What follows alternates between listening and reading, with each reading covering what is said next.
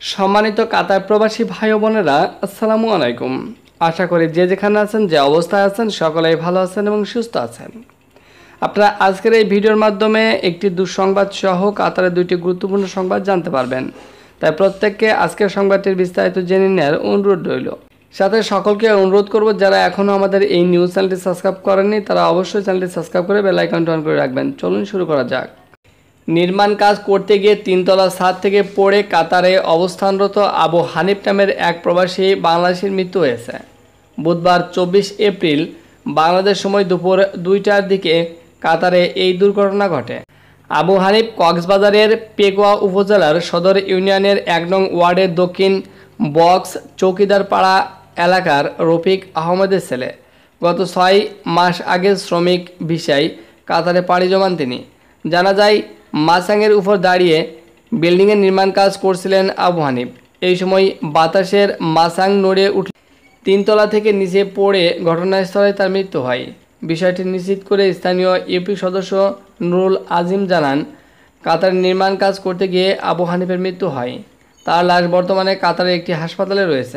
সব কাগজপত্র ঠিক হলে সপ্তাহ 2 মধ্যে লাশ দেশে আনা হবে বলে তিনি জানিয়েছেন। এদিকে বিশেষ কার্ড পেতে যাচ্ছেন প্রবাসী বাংলাদেশিরা। বৈধ ব্যাংকিং চ্যানেলে প্রবাসী আয় প্রেরণে গতি আনতে চলমান আর্থিক প্রণোদনার পাশাপাশি অআর্থিক প্রণোদনা দিতে বলেছে অর্থ মন্ত্রণালয় সম্পর্কিত সংসদীয় স্থানীয় কমিটি। এ লক্ষ্যে প্রবাসী ও তাদের পরিবারের সদস্যদের বিভিন্ন ধরনের সুবিধা দিতে বিশেষ স্মার্ট কার্ড দেওয়ার সুপারিশ করেছে এই কমিটি। গতকাল বুধবার জাতীয় সংসদ ভবনে অনুষ্ঠিত বৈঠকে এই সুপারিশ করা হয়। বৈঠক শেষে সংসদ সচিবালয়ের এক সংবাদ বিজ্ঞপ্তিতে এই তথ্য জানানো হয়। প্রবাসী আয় প্রেরণকারী ও তাদের পরিবারের জন্য বিশেষ স্মার্ট কার্ড দেওয়ার সুপারিশ করেছে কমিটি। প্রবাসীদের মা বাবা ও স্ত্রী সন্তানদের সরকারি হাসপাতালে, সরকারি সেবা অফিসে ও সুরক্ষার জন্য আইন শৃঙ্খলা রক্ষাকারী বাহিনীর কাছে বিশেষ প্রাধিকার দেওয়ার সুপারিশ করে সংসদীয় কমিটি। এছাড়া বিমানবন্দর নির্বিঘ্নে ইমিগ্রেশন ও কাস্টমস ক্লিয়ারেন্স সুবিধা দেওয়ার পরামর্শ দেওয়া হয়। বৈঠকে প্রবাসী আয় বাড়ানোর লক্ষ্যে স্মার্ট অ্যাপের ব্যবহার, প্রবাসীরা যাতে নির্বিঘ্নে অর্থ পাঠাতে পারেন সেজন্য তাদের স্থায়ী পরিচয়পত্র ও জন্ম নিবন্ধন সনদ প্রদানে প্রয়োজনীয় ব্যবস্থা নেওয়ার পরামর্শ দেওয়া হয়।